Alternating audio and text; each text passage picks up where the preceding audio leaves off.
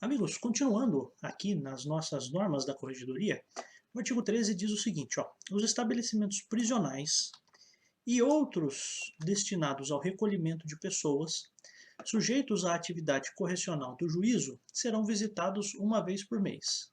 Uma vez por mês. Tem até um artigo aqui, artigo 66, inciso 7º da LEP. Então vamos lá, vamos fazer aqui algumas observações. Só para que você entenda, LEP é a Lei de Execuções Penais, tá?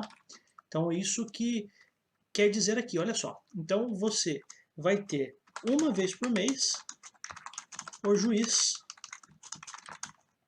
vai visitar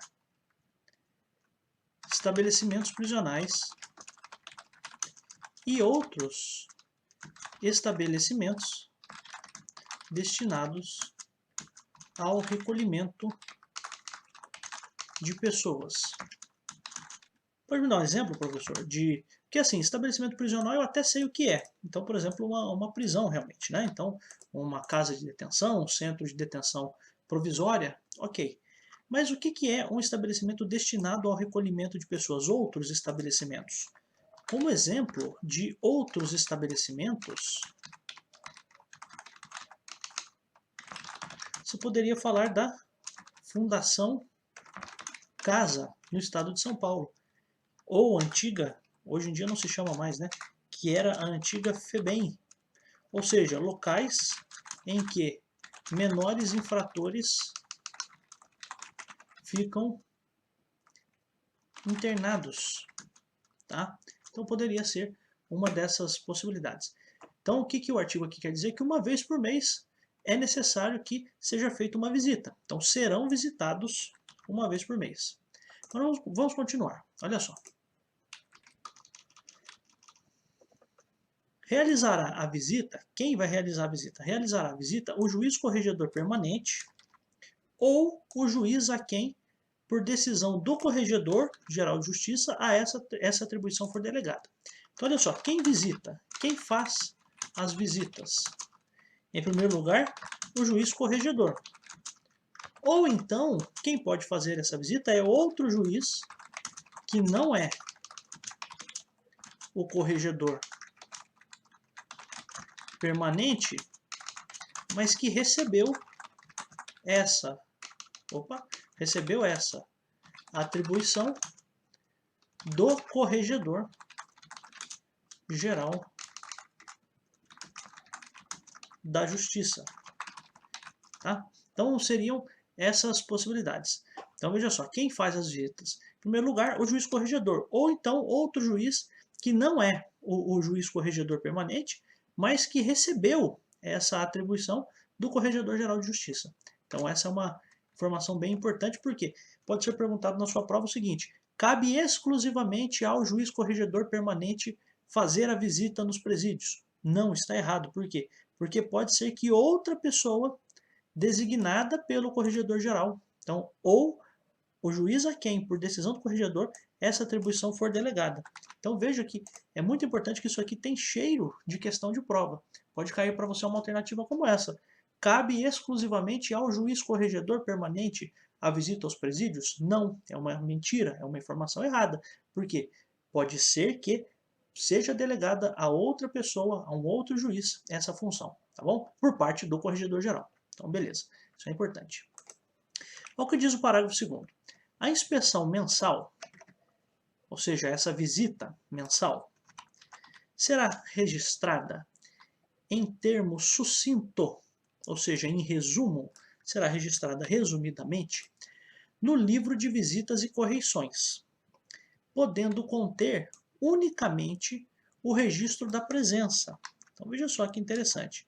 Então, onde que vai ser feito o registro? Então vamos lá. Onde é feito o registro da visita ou da inspeção mensal? No livro de visitas e correições. Ok. O que contém nesse registro? Pode conter unicamente o registro da presença.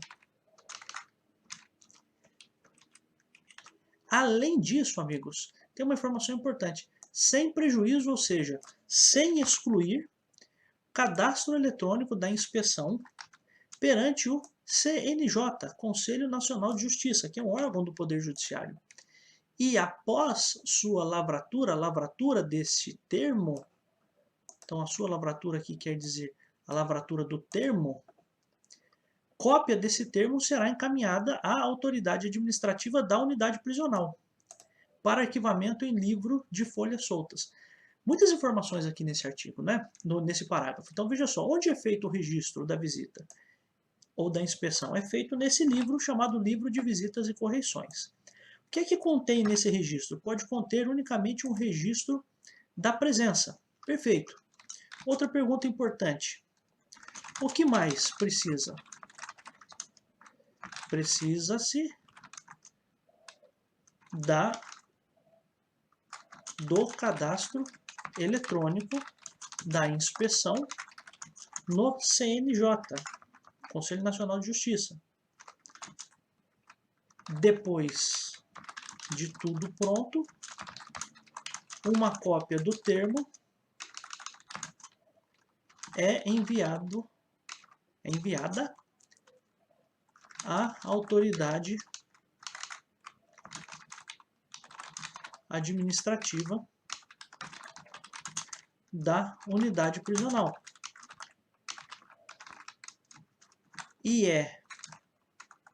Vou melhorar.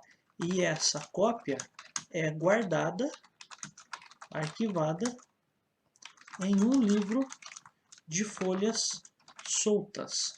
Olha quanta informação, hein? Vou até colocar tudo isso aqui em negrito e vou até grifar numa outra cor aqui, ó. Ficou feio, vou colocar em outra cor. Vamos lá, vou colocar num verde água aqui, ou turquesa. Então, olha só, onde é feito o registro da visita? No livro de visitas. O que contém nesse registro de visita? Pode conter unicamente o registro da presença. Ó, fulano de tal, juiz, corregedor ou juiz designado pelo corregedor-geral compareceu aqui. O que mais precisa? Precisa do cadastro eletrônico da inspeção, da visita, no Conselho Nacional de Justiça. Depois que tudo isso estiver pronto, uma cópia desse termo de visita, é enviada à autoridade administrativa, o diretor, por exemplo, da unidade prisional. Então, vou colocar aqui, por exemplo, o diretor do presídio. E essa cópia é guardada, é arquivada em um livro de folhas soltas. Como que é esse livro de folhas soltas? Um livro assim, ó, só para você ter noção, tá? Então, aquela pasta que ficam as folhas ali soltas, pode ser um exemplo de livro de folhas soltas, tá? E aí, olha só, o parágrafo 3º diz assim, vou começar pelo final para você entender, tá? Então, olha só, vou começar daqui, ó. O juiz corregedor permanente realizará pessoalmente as visitas mensais. Então, essa é a informação importante. Vou voltar lá para cima já já. Para você entender esse artigo, começa lendo do final. O juiz corregedor permanente realizará pessoalmente, ou seja, tem que ser ele mesmo, ele não pode mandar o escrevente fazer isso, ele tem que fazer isso pessoalmente. Então, o juiz corregedor permanente realizará pessoalmente as visitas mensais. Proibida a atribuição dessa atividade, dessa visita, ao juiz que estiver respondendo pela vara por período inferior. Então, veja só, inferior a quê? Inferior a um mês, né? Então, só para que você entenda, vamos depois voltar lá para cima. Então, a primeira informação desse parágrafo é o seguinte, o juiz corregedor permanente deve visitar pessoalmente e em todos os meses os presídios. Esse juiz corregedor não pode atribuir essa tarefa a outro juiz. Tá? Então, essa é uma informação importante. Vamos até dar um Enter aqui para virmos aqui para baixo. Fica mais fácil, para termos mais espaço aqui. Então, esse juiz corregedor não pode atribuir essa tarefa a outro juiz. Também é uma informação importante. Além disso, ó, vamos até completar aqui. A outro juiz que esteja naquela vara por período menor do que um mês. Então veja só, por que está dizendo isso? Porque existem juízes substitutos. Então pode ser que o juiz saia de férias, por exemplo, por 15 dias, entra no lugar dele um juiz substituto. Não pode o juiz titular querer que o substituto dele, que vai ficar só por 15 dias, que esse substituto faça as visitas. Não, o substituto espera quando o juiz titular voltar, esse juiz corregedor voltar, aí sim ele faz as visitas.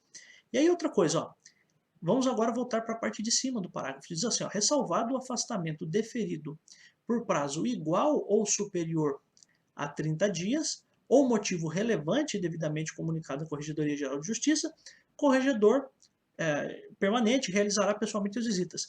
Então, o que a gente precisa entender aqui? Se a gente fosse ler ao contrário, como eu disse a você, o juiz corregedor deve visitar pessoalmente e em todos os meses os presídios. Esse juiz corregedor não pode atribuir essa tarefa a outro juiz que esteja naquela vara por um período menor do que um mês. E o juiz corregedor permanente só pode deixar de visitar os presídios mensalmente se estiver afastado por período igual ou maior a 30 dias. Ou ainda se houver algum motivo relevante que foi comunicado à Corregedoria Geral da Justiça em São Paulo, na capital. Tá? Porque qual é um outro motivo relevante? Pode ser que esteja lá uma rebelião. Então, a cadeia está, como o pessoal que fica preso diz, a cadeia está virada, virou a cadeia. O que significa isso? O presídio está sob o domínio de um grupo criminoso. Então, nessa situação, talvez essas negociações para que a cadeia volte à sua normalidade, pode ser que isso passe de um mês, ou pode ser que tenha dado um mês e o juiz vai esperar mais uns 10 dias, por exemplo, para poder ir até aquele presídio, tá? Acredite você ou não, amigos, agora são 1h30 da manhã do dia 19 de novembro de 2020. Estou gravando esse vídeo agora. Sabe por quê? Porque quem quer dá um jeito, quem não quer dá uma desculpa. Eu quero dizer para você, como diz lá o Paralamas do Sucesso, eles dizem assim, uma noite longa para uma vida curta, mas já não me importa, basta poder te ajudar. E é por isso que eu estou aqui, para poder te ajudar nesta noite longa. Estamos no artigo 14. O artigo 14 diz assim, a sistemática prevista no artigo 13, o que era o artigo 13? A questão das visitas, como que se fariam as visitas. Então essa sistemática não desobriga, não exclui a visita mensal às cadeias públicas sob responsabilidade tanto dos juízes de varas privativas de execuções criminais, como daqueles que acumulem outros serviços anexos. Então veja só, se eu fosse dizer em outras palavras o que está no artigo 14 aqui, a gente diria o seguinte, as normas da corregedoria mandam que o juiz corregedor faça as visitas mensais às entidades prisionais. Porém, isso não exclui a necessidade de os outros juízes também visitarem tais locais. Como outros juízes, entende-se juízes de varas de execuções criminais e outros que acumulem atividades. Então veja só, muito importante isso. O que significa? Não é só o juiz corregedor que vai no presídio. Também o juiz que atua numa vara específica, chamada vara de execuções criminais. Ele também vai nas cadeias públicas. Por quê? Porque a execução criminal é uma área em que o juiz, quando ele atua, ele fica responsável por fazer algumas análises. Por exemplo, analisar as progressões de regime. Tem uma pessoa presa, a pessoa está no regime fechado, o juiz precisa saber como é que está a cadeia. Então o juiz vai até lá. Para verificar isso, ele vai também mensalmente, fazendo essas visitas. Aí o que acontece?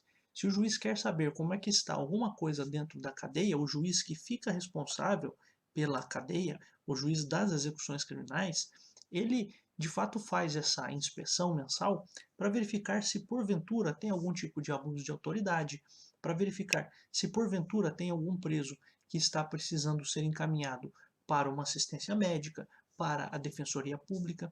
Portanto, é importante o artigo 14 porque é como se você tivesse que aprender o seguinte, ó, os juízes que estão responsáveis pelas corregedorias, sim, eles têm toda uma dinâmica que está lá no artigo 13 sobre como e quando eles devem ir aos presídios. Ok. Mas, além dos juízes corregedores, outros juízes também fazem essa visita. Quem? Por exemplo, o juiz da vara de execuções criminais. Tá? Então, essa é a informação importante. Como é que pode cair no seu concurso? Pode ser perguntado assim para você. Somente, pode aparecer como uma alternativa, né? Somente o juiz das corregedorias fica obrigado a comparecer nos presídios. E é uma alternativa falsa, por quê? A gente está vendo aqui que os juízes também, de uma vara específica chamada Vara de Execuções Criminais, também deve ir mensalmente visitar os estabelecimentos prisionais. E além disso, aqueles que acumulem outros serviços anexos. O que é isso? Acumulem outros serviços anexos. Vou te dar um exemplo, tá? Então imagine que tem uma cidade, a cidade onde eu moro, a cidade de Caçapava. Existe lá a vara criminal. Só que nessa vara criminal, o juiz acumula funções do juizado especial criminal, acumula a função de vara de falências, acumula a função de vara de execuções fiscais, que é questão tributária, e acumula vara de execuções penais, que aí, claro, é uma questão criminal. Veja, esse juiz lá de Caçapava, o que ele também fica obrigado? Por mais que ele acumule, então ele está acumulando outros serviços. Então esse juiz aqui está acumulando várias atividades aqui, ó, cada uma dessas é uma atividade. Por mais que ele esteja acumulando todas essas atividades, ele fica assim obrigado a comparecer na cadeia, no estabelecimento prisional. Por quê? Porque uma das suas atividades é exatamente atuar na vara de execuções penais, tá? Ou na vara de execuções criminais. Portanto, colegas, o que eu quero que você entenda é que não é só o juiz corregedor que fica obrigado a comparecer mensalmente às cadeias. O juiz que tem algum vínculo com as execuções criminais também deve ir. E o juiz das execuções não é o juiz corregedor, são pessoas diferentes. Pode ser que em algum momento sejam a mesma pessoa, mas em geral não são as mesmas pessoas. Então a cadeia, imagina o seguinte, você vai trabalhar na cadeia, você vai receber, uma vez por mês vai receber o juiz corregedor. Depois de um tempo você vai receber o juiz que atua na vara de execução criminal privativamente, ou seja, ele só atua naquela vara, ou aquele juiz que por mais que ele não atue só na vara de execuções criminais, como o juiz aqui de Caçapava, ele também atua em outras funções, mas uma dessas funções, se for atuar na vara de execuções penais ou execuções criminais, ele fica obrigado a comparecer, tá bom? Então é isso que está aqui descrito no artigo 14. Na subseção 2, nós temos aqui das apurações preliminares, sindicâncias e processos administrativos. Se eu tivesse que apostar de tudo que a gente viu até agora, desde o primeiro vídeo, este artigo, naquilo que vamos ler agora, tem uma cara muito grande de concurso. Me parece que tem uma tendência grande de que isso seja perguntado. Vamos lá. As apurações preliminares, as sindicâncias e os processos administrativos relativos a pessoal das serventias judiciais tramitarão no formato digital. Então vamos lá. Nós temos aqui 3 formas de você apurar as condutas do servidor. Apurações preliminares é uma, sindicâncias é outra e processos administrativos relativos ao pessoal das serventias é outro. Tá? Então, o que você faz quando você está estudando? Quebra sempre o artigo, para você entender da melhor forma. Então, esses processos todos, apurações preliminares, sindicâncias e processos administrativos relacionados ao pessoal que trabalha ali, você que vai passar no concurso, esses processos que vão apurar as suas condutas, vão tramitar, vão correr no formato digital. Então, tudo de modo digital. Tá? Então, essa é a primeira informação. Serão instaurados pelos juízes corregedores permanentes. Então, quem instaura esses processos? Instaurados e processados pelos juízes corregedores permanentes, a que na atualidade do procedimento estiverem subordinados os servidores. Aí tem toda essa informação de que trata o artigo tal, provimento número tal, tal, tal, tal. Ó, na moral, isso aqui você para concurso não precisa nem saber, tá? Não vai perguntar aqui se vai ser o artigo 1º ou 2º. Então, sabe o que você faz quando você estiver estudando? Passa aí um risco, esquece isso, tá? Para concurso isso não tem importância nenhuma. Você precisa saber o que vai acontecer. Então vamos lá, de novo. Apurações preliminares, sindicâncias e processos administrativos, primeiro, vão tramitar no formato digital. Essa é uma informação importante para você. Outra coisa, vão ser instaurados e processados pelos juízes corregedores a que, na atualidade do procedimento, durante o procedimento, estiverem subordinados os servidores. O que isso significa? Posso te dar um exemplo? Vou te dar um exemplo. Se eu sou escrevente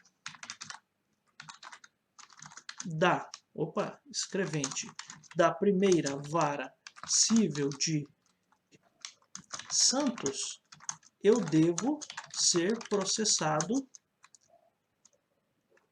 pelo juiz corregedor vinculado à primeira vara civil de Santos. Tá? É só isso que o artigo quer dizer. Toda essa enrolação aqui, ele quer dizer só isso. Ó. Se você trabalha na primeira vara civil de Santos, quando você for ser processado, tomara que não seja, mas caso seja processado, você precisa ser processado diante daquele juiz a que você se vincula. Então, se você trabalha na primeira vara civil de Santos, o seu corregedor permanente é o juiz titular da vara de Santos. Portanto, você vai ser processado administrativamente, vinculado pelo juiz da primeira vara de Santos. É através dele que vai ser dada uma decisão administrativa contra você. Tá? Então, isso aqui tudo, se a gente pudesse dizer, são procedimentos internos para apurar as condutas dos servidores. Então, isso aqui é o exemplo que eu te dei. Agora, a lei ela é sempre muito didática. As normas da corregedoria também buscam ser didáticas. Então, olha só, aqui ele falou de 3 dos expedientes que podem ser instaurados. Então, apurações preliminares, sindicâncias e processos administrativos. Todos esses 3 expedientes correm no formato digital, são instaurados e processados pelo juiz corregedor permanente a que o servidor estiver subordinado. Então, eu até dei o exemplo aqui. Se você é um servidor da primeira vara civil de Santos, você vai ser processado e o processo será conduzido administrativamente pelo juiz corregedor vinculado à primeira vara civil de Santos. E aí ele traz as definições, porque aqui em cima ele não disse o que é a infração preliminar, ele não disse o que é a sindicância, ele não disse o que é o processo administrativo. Então veja só, agora a lei aqui, a norma da corregedoria, vai didaticamente dizer o que é. Então olha só, devendo ser, vamos só continuar aqui, ó, devendo ser observado o tipo de procedimento disciplinar. Agora ele vai dar os 3 procedimentos. O primeiro deles, apuração preliminar. O que é? Quando a infração não estiver suficientemente caracterizada ou definida a autoria. Ao final, poderá ser arquivada ou ensejar a instauração de sindicância ou processo administrativo. Então vamos lá, com muito cuidado aqui, com muita tranquilidade. Olha só, eu faço uma apuração preliminar quando não estiver suficientemente caracterizada a infração ou a autoria. Então pensa o seguinte, o juiz recebeu uma informação, uma ligação anônima, dizendo que um escrevente estaria recebendo algum dinheiro por fora para retardar um processo. Mas veja, não há aqui indicação de qual seria esse escrevente. Não sabe-se, portanto, quem é o autor. Se não se sabe quem é o autor da irregularidade, o juiz pode instaurar a apuração preliminar. Tá? Então essa é a primeira informação bem relevante. Vou até colocar aqui para baixo. Ó. Então o que é a apuração preliminar? O juiz recebe uma ligação anônima, estou te dando como exemplo, né? O juiz recebe lá uma ligação anônima dizendo que um escrevente estaria recebendo dinheiro por fora para retardar um processo. Se o juiz não sabe quem é o autor dessa irregularidade, se ele não sabe quem é o escrevente, o que o juiz faz? Ele instaura uma apuração preliminar. Ele diz o seguinte, bom, como eu não sei quem é que está fazendo isso, o que eu vou fazer? Eu vou começar a investigar todos os processos relativos a uma determinada área. Tá? Então, essa é a primeira possibilidade. Apuração preliminar, portanto, você instaura administrativamente para quê? Para ver se você encontra quem é a pessoa que é responsável por aquilo. Ou ainda, tem uma notícia de que está havendo tal situação, mas o juiz não sabe se aquilo realmente está acontecendo ou não. O que o juiz faz? Instaura uma apuração preliminar. Tá? Então, a apuração preliminar, você não tem uma pessoa especificamente investigada, você não tem nada, você tem apenas um indicativo de que pode estar acontecendo alguma coisa. E aí uma observação que é importante, que é a seguinte, no final da apuração preliminar, podem acontecer duas coisas. A apuração pode ser arquivada. Quando que ela é arquivada? Quando não tem indício nenhum de irregularidade. O juiz investigou, chegou lá no final e verificou o seguinte, escuta aqui, não tem nada, vou arquivar isso aqui. Essa é a primeira possibilidade. Segunda possibilidade, o juiz pode instaurar sindicância ou processo administrativo. E você vai ver que a sindicância e o processo administrativo são coisas diferentes. Tá? Mas a primeira coisa que você precisa entender é a seguinte, para que eu faço a apuração preliminar? Eu faço para verificar uma situação, para tentar descobrir quem é o autor ou para tentar descobrir se aquele fato aconteceu ou não. Eu tenho uma dúvida, vou apurar. Aí cheguei no final da apuração, não cheguei a conclusão nenhuma, não tem prova de nada. O que eu vou fazer? Vou arquivar essa investigação. Tem até aqui, ó, poderá ser arquivada, é o que diz o texto da lei. Tá? Ou então o juiz pode instaurar. Instaurar o quê? Uma sindicância ou um processo administrativo. Quando que o juiz vai saber se é sindicância ou processo administrativo? Vai depender da gravidade da infração. Então, instaurar sindicância ou processo administrativo a depender da gravidade da infração. Você vai perceber, quando nós olharmos nos próximos incisos, que para uma questão menos grave vai ser um tipo de expediente, para uma questão mais grave vai ser um outro tipo de expediente. Tá? Então isso é o que diz o inciso primeiro. Vamos agora para o inciso segundo. O que é a sindicância? Olha só. A sindicância ela é instaurada quando a falta disciplinar, por sua natureza, possa determinar as penas de repreensão, suspensão ou multa. Portanto, é um tipo de procedimento para infrações, acredite ou não, mais leves. Tá? Então, a sindicância é utilizada para infrações mais leves. E por que eu sei que as infrações são mais leves? Porque as penalidades são mais leves. Pois as penalidades são mais leves. Repreensão, suspensão ou multa. Tá? Agora, e se é uma coisa mais grave? Opa, aí nós vamos para o terceiro tipo de expediente, que é esse aqui, que é o do processo administrativo. Vamos lá. Processo administrativo.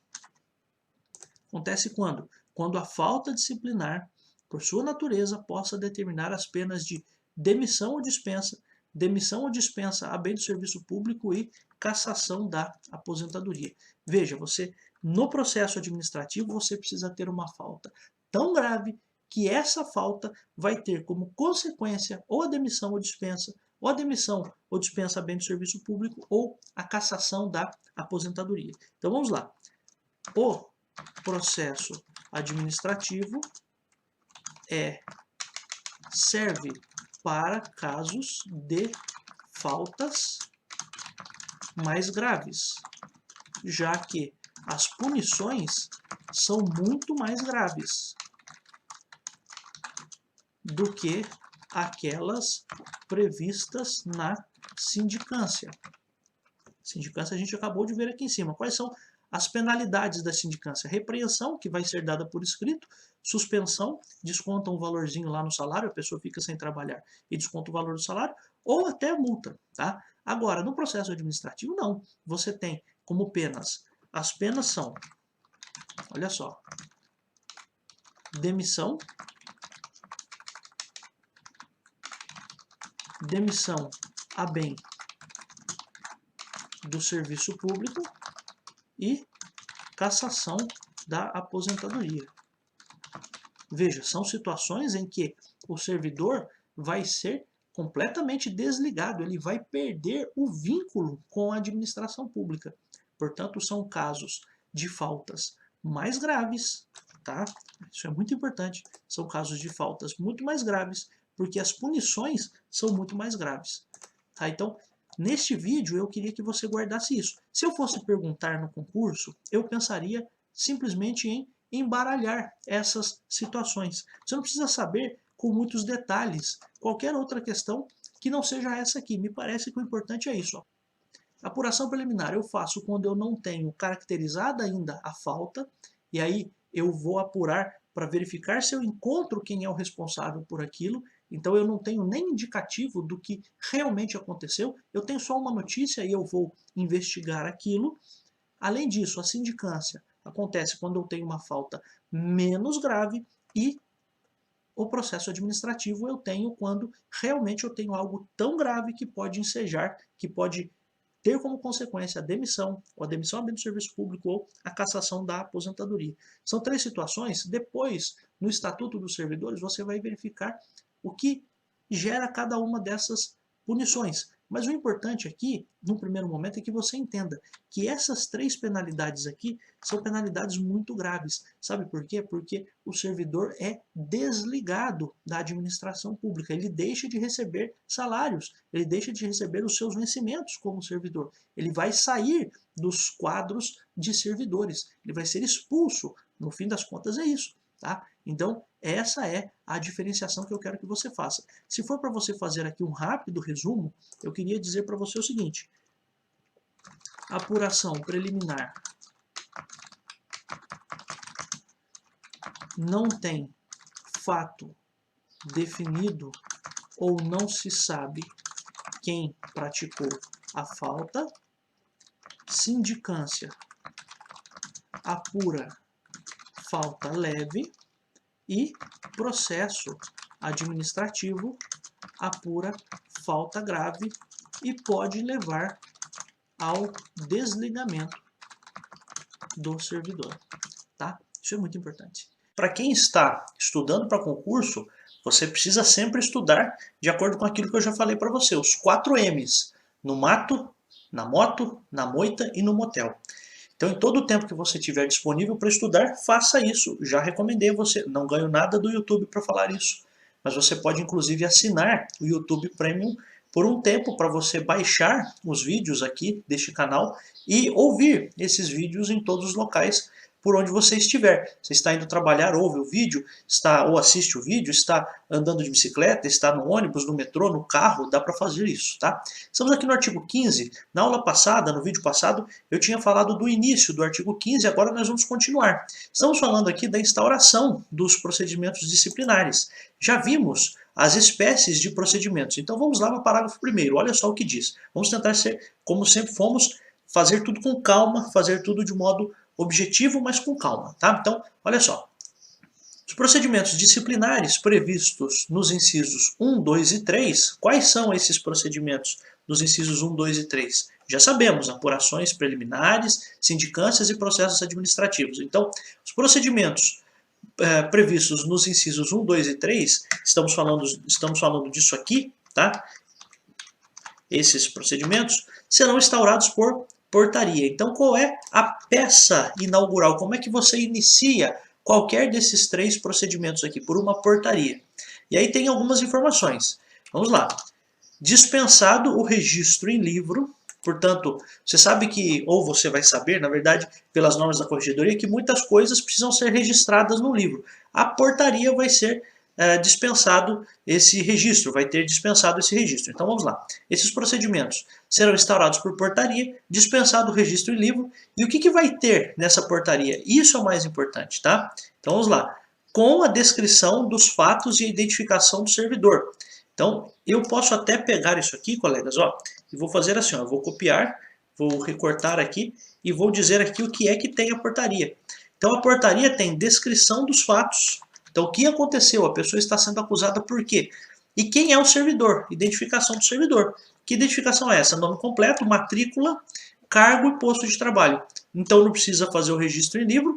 E aí, veja só, só não vai haver essa identificação quando não houver autoria definida. Então eu vou até puxar aqui para cá também, fica mais fácil para a gente entender, tá? Então vamos lá, olha só. Então os procedimentos, todos eles para apuração de penalidades, para imputação de penalidades aos servidores, eles são instaurados por portaria, primeira informação. Essa portaria não precisa ser registrada no livro. Então, feito por portaria, essa portaria não precisa estar registrada no livro. O que vai ter na portaria? O que vai ter na portaria?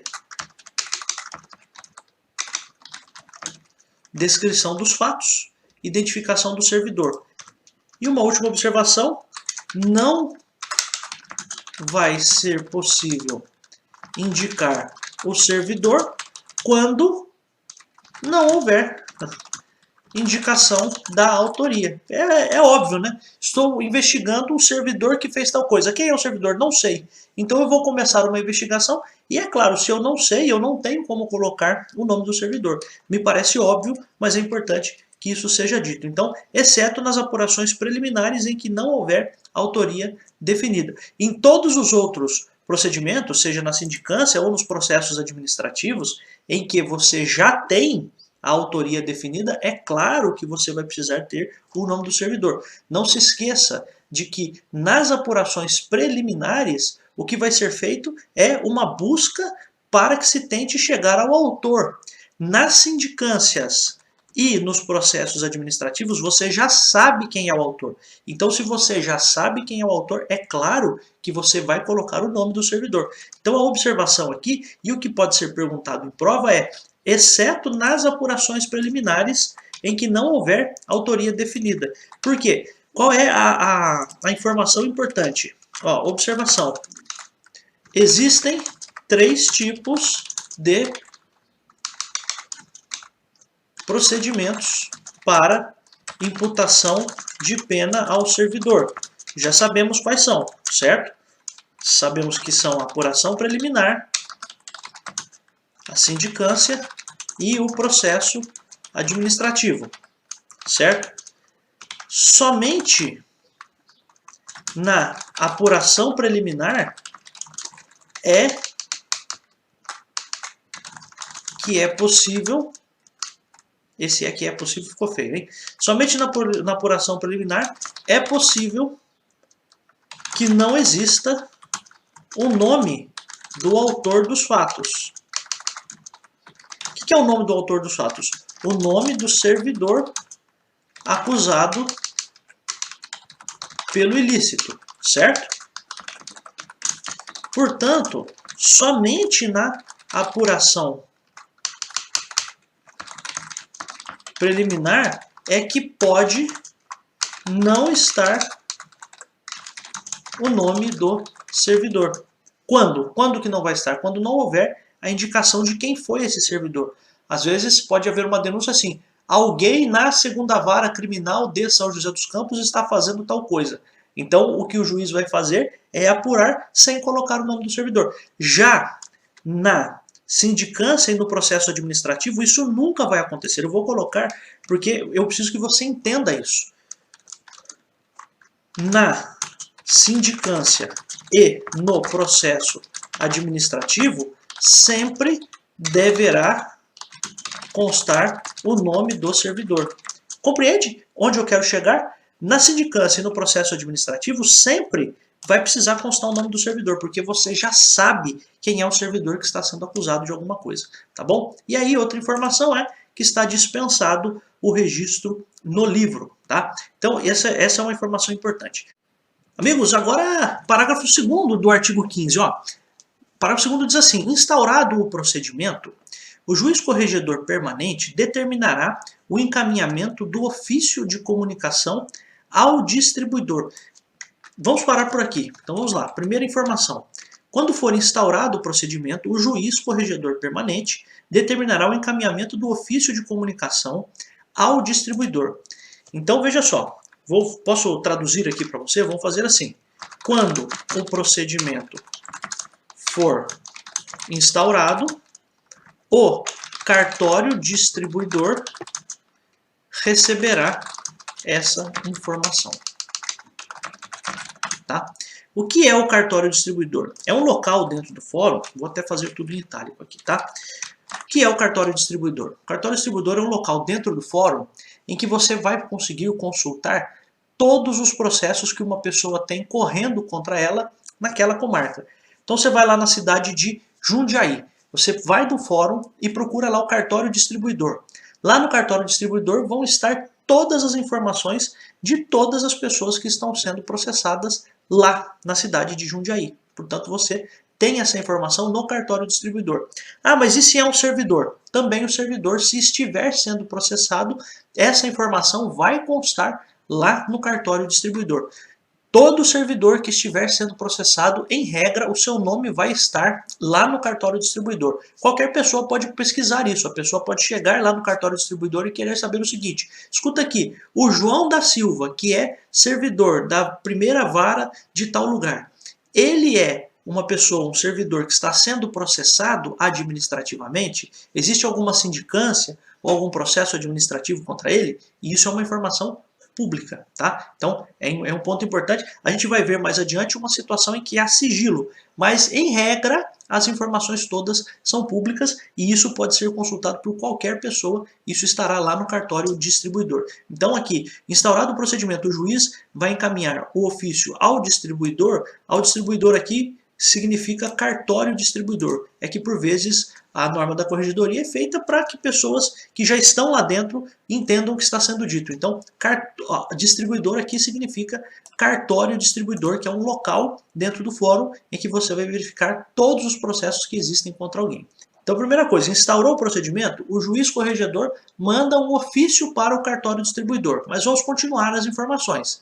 Por e-mail institucional e no formato PDF. Então, essa informação, esse ofício aqui de comunicação, ele vai ser como?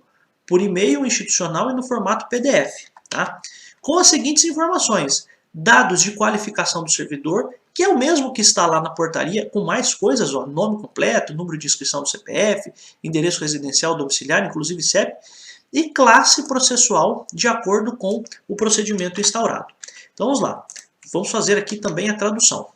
O ofício enviado pelo juiz corregedor ao distribuidor, ao cartório distribuidor, será enviado por e-mail institucional. Então, aqueles e-mails, por exemplo, um TJ São Paulo, o nome da pessoa, @tjsp.jus.br, não vai perguntar na prova qual é o e-mail institucional, né? Mas só a título de informação. Então, é um e-mail da própria instituição, vai ser no formato PDF, ok, sem problemas, e conterá algumas informações. Que informações são essas? Qualificação do servidor. Não vai cair para você se precisa constar o RG ou o CPF, não é isso. Qualificação do servidor para você é informação importante para a prova. Então esse ofício que vai ser enviado pelo juiz corregedor ao cartório distribuidor vai ser enviado por e-mail institucional, entenda isso, né, de o @itjsp.jus.br, e vai conter qualificação do servidor e aqui é importante, classe processual de acordo com o procedimento.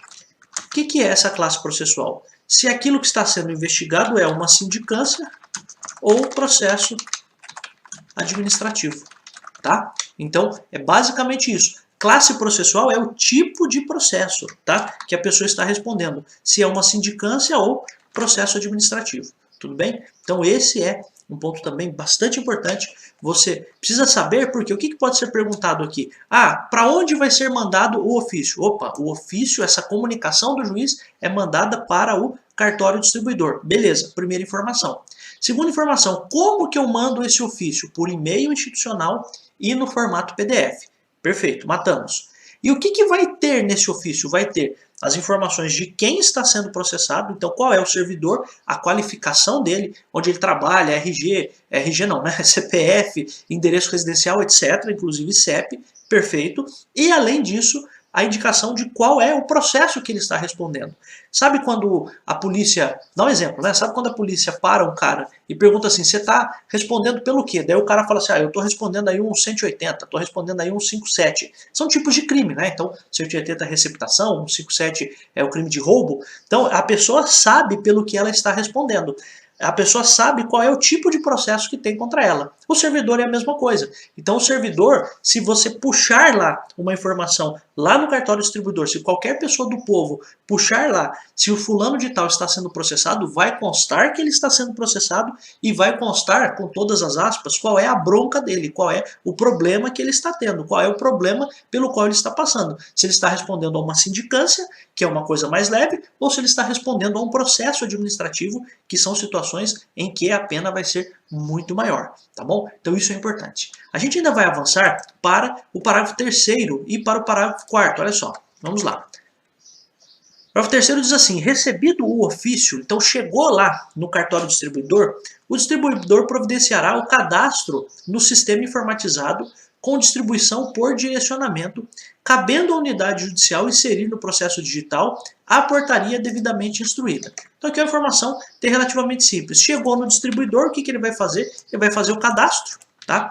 Por que pode cair isso para você? Porque você pode ser o servidor, o escrevente que vai trabalhar no cartório distribuidor.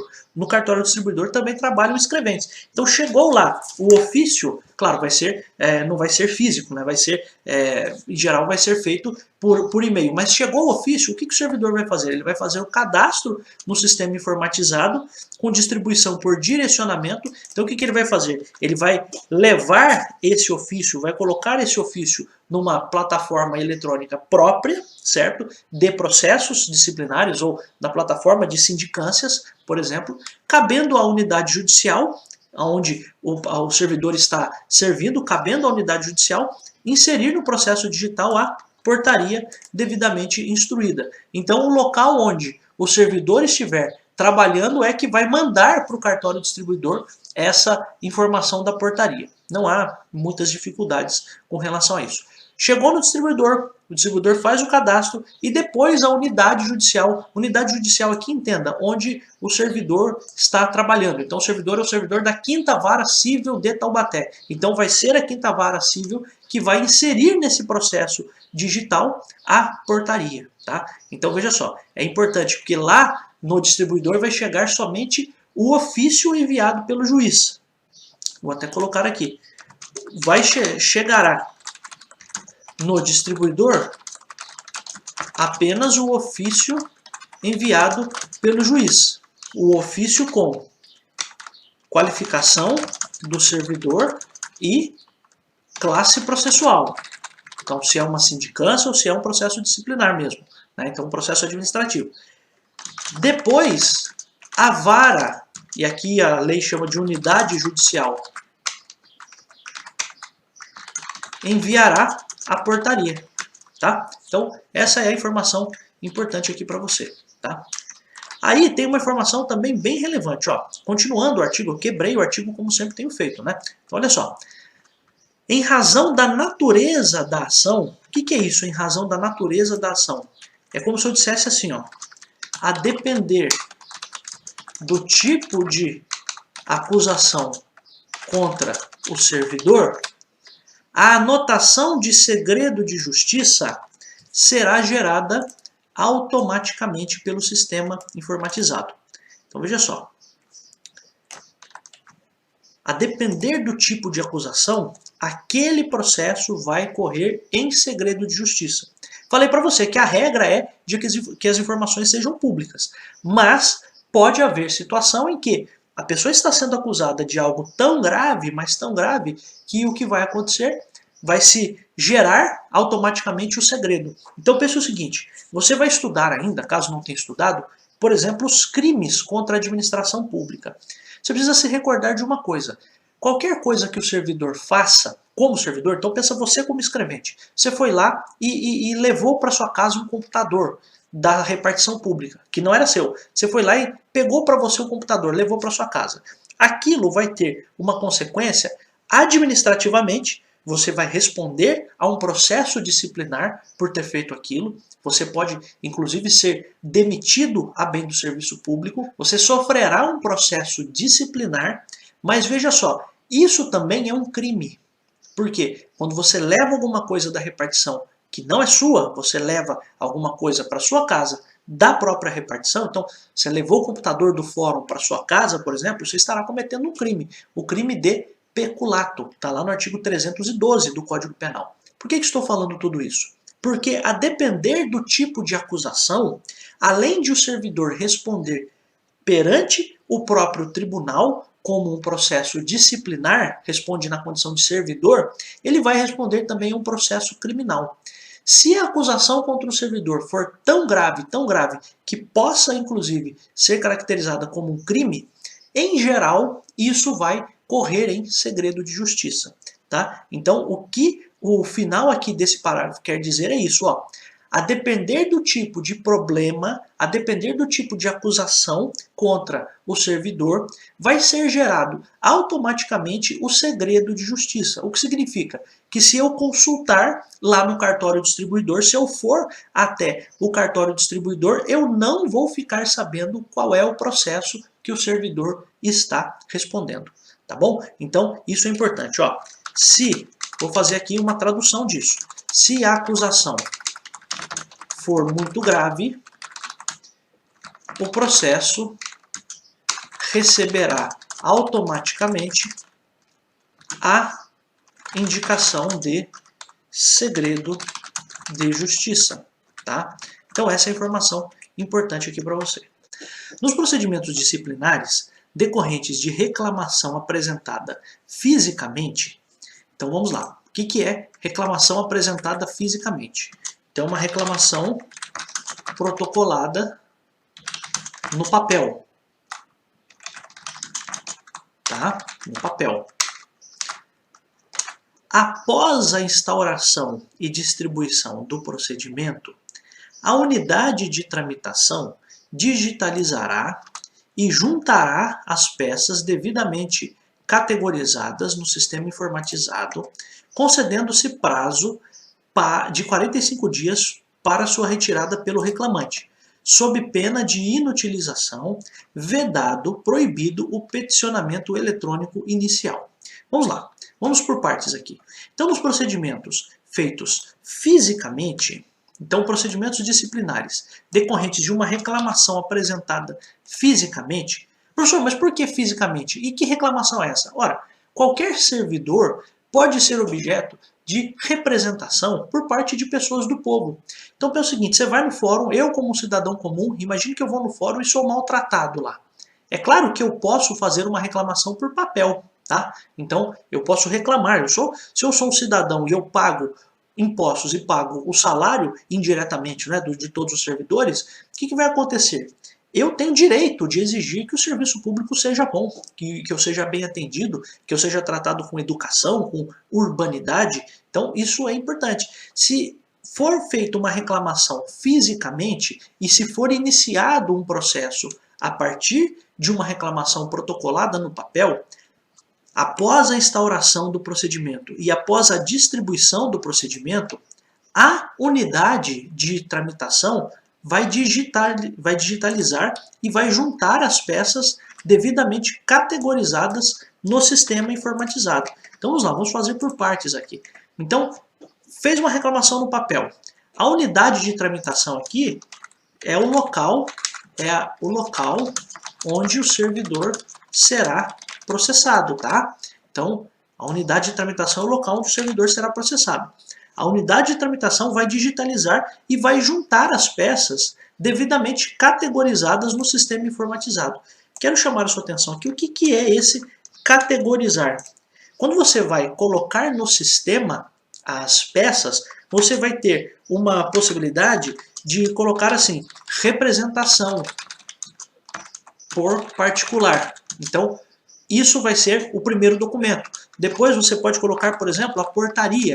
Depois você pode colocar o despacho do juiz. São coisas que vão acontecendo ali no processo. Tá? Então, para que está sendo dito isso? Por que foi colocado esse artigo? Você não pode pegar tudo o que chegar para você e fazer um balaio de gato. Você não pode fazer um negócio assim que não tem ordem, não tem sequência. Então, cada documento do processo, seja um processo judicial mesmo, que está correndo uma ação de alimentos, uma ação criminal, tudo isso precisa ser categorizado. Então, a representação feita vai estar num arquivo, num escaninho eletrônico, num diretório específico destinado para aquilo.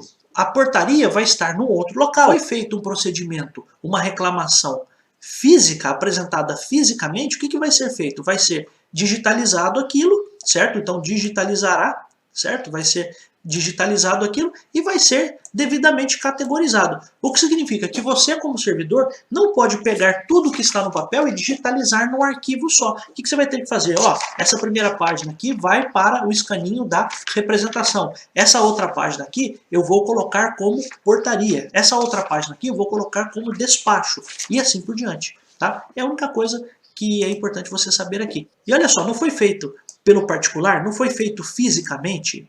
A pergunta é a seguinte, tá, eu recebi isso aqui fisicamente, isso aqui vai ficar lá na vara o tempo inteiro? Não. Quem fez a reclamação, quem protocolou aquilo, vai ter um prazo de 45 dias para retirar aquilo, sob pena disso aqui ser inutilizado. Por que isso é feito? Para não ocupar espaço dentro da vara. O particular fez a reclamação fisicamente, protocolou lá na vara, o que vai ser feito? Os servidores vão digitalizar aquilo e como aquilo já está digitalizado, eu não preciso mais do documento físico. Então o que vai ser feito? Vai ser concedido um prazo de 45 dias para a retirada daquele documento pelo reclamante. O reclamante aqui entenda como o particular que fez a reclamação. Tá? Então, ó, meu filho, você veio aqui fazer a reclamação, agora você tem 45 dias para vir aqui retirar. A gente já digitalizou isso aqui, estamos devolvendo para você. Tá? É isso apenas. Sob pena de inutilização. Ou seja, se você não vier aqui em 45 dias, nós vamos jogar fora isso aqui, tá? Nós vamos fazer isso aqui, nós vamos jogar isso aqui fora.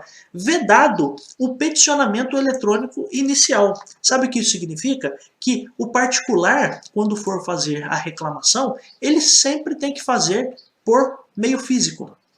Quando for feita a instauração de um procedimento físico, é esse o procedimento. O que vai acontecer?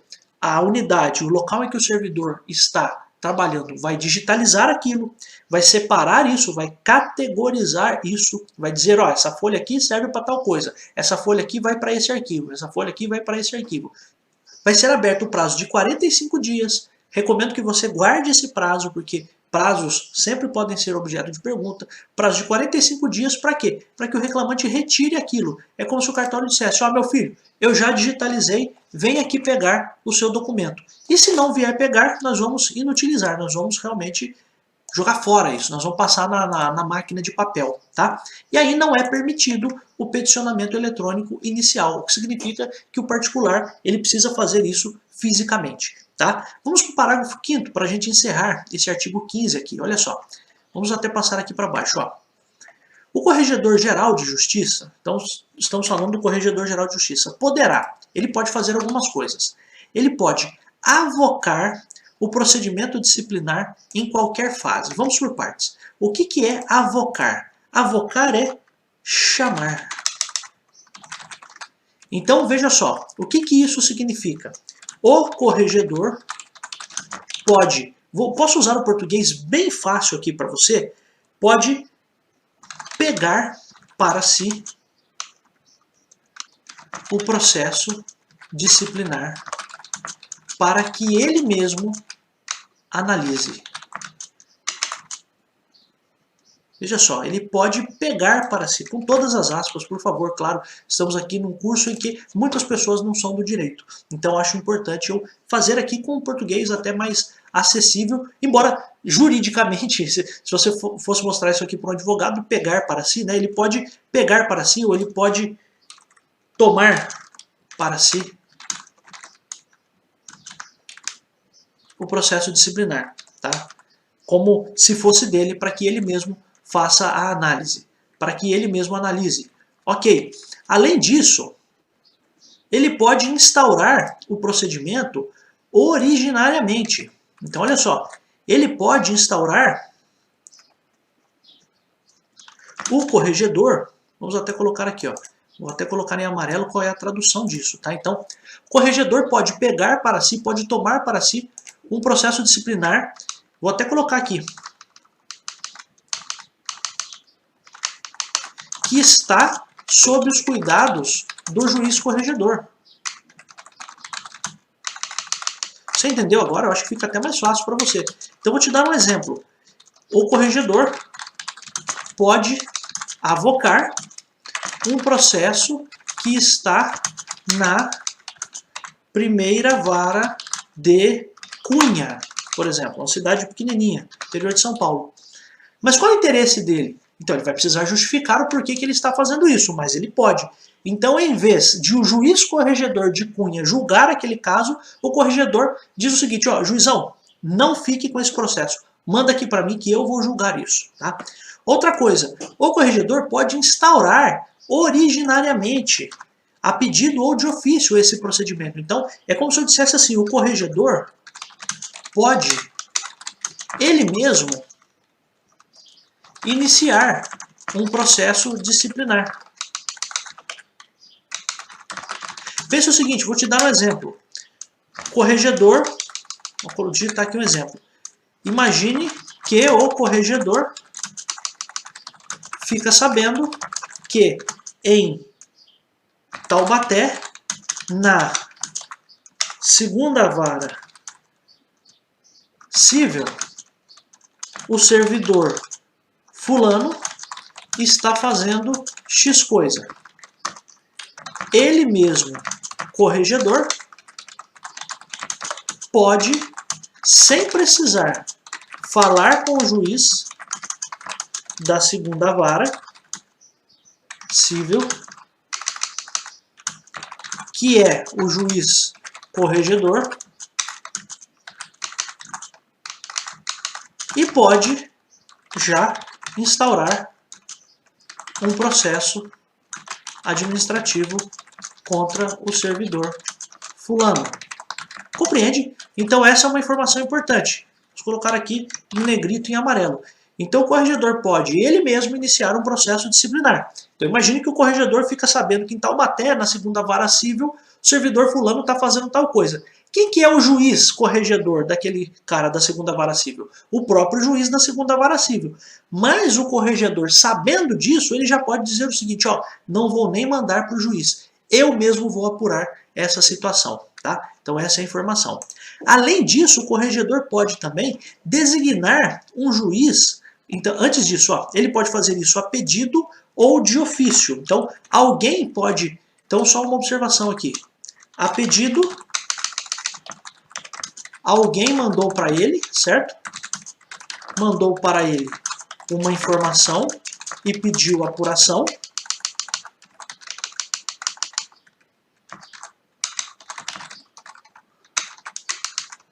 E de ofício, ele mesmo fica sabendo sem ninguém ter informado. Tá? Então ele pode de ofício, por iniciativa dele, ou a pedido. Tá? O que ele pode? Ele mesmo iniciar um processo disciplinar. Tá? Aí aqui outra possibilidade do Corregedor-Geral de Justiça é essa aqui. Ó.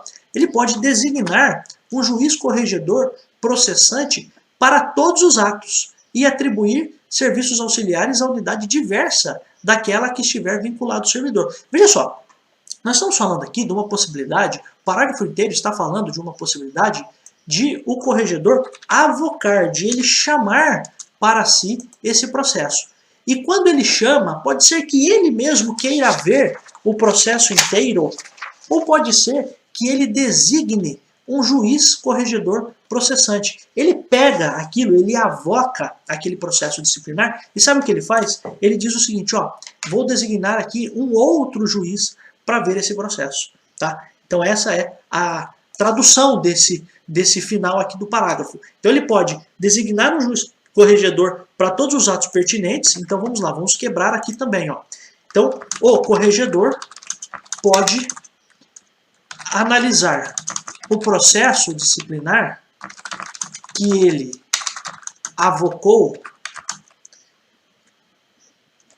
Aqui, ó, o corregedor pode analisar sozinho o processo disciplinar que ele avocou, ou pode designar um juiz para isso. Sabe quando é que ele faz isso? Quando ele meio que não confia no juiz que está apurando o processo. Tá? Então ele vai lá e designa outro. Então ele avoca, então ele tira da mão do juiz que estava apurando e agora entrega para outro fazer aquela apuração. Tá? Então o juiz corregedor pode analisar sozinho o processo disciplinar, ou, que é o caso aqui do final aqui do parágrafo, ou ele pode designar um juiz corregedor, até vou colocar aqui, processante para isso. Por que o juiz corregedor processante? Porque ele vai ser um juiz que vai atuar só naquele processo. Então vamos te dar um exemplo? Então, exemplo, o processo tramitava pela primeira vara de Taubaté. Sempre estou dando exemplo de Taubaté, né? Então, o processo tramitava pela primeira vara de Taubaté. O corregedor avocou, ele avoca o processo, tomando para si o direito de fazer o julgamento. Ele, corregedor, pode julgar ele mesmo ou pode designar outro juiz. Por exemplo, o juiz da segunda vara de Taubaté para julgar o caso. Tá? Então essa é a tradução do que eu estou dizendo aqui para você. Tá? Então é importante também. E aí também o que o juiz pode? Ele pode atribuir serviços auxiliares à unidade diversa daquela a que estiver vinculado o servidor. Então pensa o seguinte, é possível, se eu fosse traduzir aqui também, o corregedor pode determinar que outro cartório, que outra vara realize alguns serviços auxiliares no processo. Então, outro cartório ou outra vara diferente da vara na qual o servidor atua, tá? Então isso é importante. Então vamos te dar um exemplo. Exemplo, o servidor pertence à primeira vara de São José dos Campos. O corregedor pode determinar que servidores da segunda vara de São José dos Campos realizem serviços auxiliares. Por exemplo, fazer uma intimação, por exemplo, fazer uma ligação, ouvir as testemunhas, ajudar na oitiva das testemunhas. Então é isso, tá? Olha só, esse artigo 16 que nós vamos ver agora, ele diz o seguinte, ó. Os corregedores, os juízes corregedores, comunicarão à Corregedoria Geral da Justiça a instauração e a decisão final de qualquer procedimento administrativo de natureza disciplinar. Então a primeira informação é, os juízes corregedores, eles vão comunicar para a Corregedoria a instauração e a decisão final de um procedimento disciplinar. Perfeito, até aí é algo até relativamente tranquilo. Como que eles vão comunicar isso? Por mensagem eletrônica. Até aí também relativamente tranquilo, não tem nenhum problema. Aí olha só, o que esses juízes vão fazer? Eles vão informar o número do processo, então o número do processo vai ser informado, tá? E aí vai ser indicado também a senha de acesso aos autos digitais, no caso de instauração, tá? E para o procedimento do expediente de acompanhamento. Então, olha só, os juízes eles vão comunicar à corregedoria que foi instaurado. Ó, escuta aqui, corregedoria, foi instaurado aqui um procedimento contra o fulano de tal. Está aqui a senha, estou te mandando isso por e-mail. Perfeito. Até aí, tudo bem, sem maiores problemas. E o que a corregedoria vai fazer? A corregedoria vai montar um expediente de acompanhamento. O que significa? A corregedoria vai buscar informações para saber em que pé anda aquele expediente. Então a pessoa está sendo processada, está sendo feita uma investigação sobre a conduta da pessoa. O que vai ser feito? Vai ser feito esse acompanhamento. O juiz que instaurou aquilo comunica para a corregedoria. E a corregedoria, recebendo todas essas informações, recebendo os dados do processo, com senha, inclusive número do processo, o número do processo é esse aqui, a senha para acessar esse processo é esse aqui. E na corregedoria vai ser feito um procedimento de acompanhamento. E aí veja só, quem que vai fazer esse acompanhamento? Essa é a pergunta importante, porque talvez esse seja o objeto da sua pergunta no concurso. Olha só, apurações preliminares, quem vai fazer o acompanhamento é pela diretoria geral. E se for de sindicâncias e processos administrativos, é um outro órgão, que é a Secretaria de Gestão de Pessoas. Então acho que é importante que você tenha essa dimensão. Então olha só, as informações importantes aqui desse artigo. O juiz deve comunicar à corregedoria por meio eletrônico a instauração de processo, bem como informar o seu resultado. Esse processo será acompanhado pela corregedoria. Quem acompanha? Se for apuração preliminar, o DICOGE, diretoria da corregedoria. Se for sindicância ou processo administrativo, a SGP, Secretaria de Gestão de Pessoas. Tá? Então, acho muito relevante que você, quando for fazer a leitura, faça essa leitura crítica, tentando entender realmente o que está sendo dito no artigo, porque isso é o que me soa como mais relevante, o que me soa como mais importante aqui, tá bom? Agora, amigos, artigo 16A é um artigo que pode parecer complicado e a função de um professor, a função até minha, aqui como professor gratuito, voluntário aqui para vocês neste canal do YouTube, é dizer para você como é que você deve estudar isso aqui. Então ele parece complicado, mas eu fiz de tudo para transformar isso numa coisa fácil para você entender. Olha só, o que diz o artigo 16A. Havendo alteração do posto de trabalho, então a pessoa mudou do seu local de trabalho, então havendo alteração do posto de trabalho dos servidores, aqui se refere ao artigo 5º, com procedimento disciplinar digital em curso, então a pessoa tem um procedimento digital em curso, este será redistribuído ao juiz corregedor respectivo, com algumas regras. Então, a primeira coisa importante é a seguinte, se houver, vou até fazer aqui, tá? Se houver procedimento digital em curso e o servidor mudar de local de trabalho, deve ser remetido o processo para o novo juiz corregedor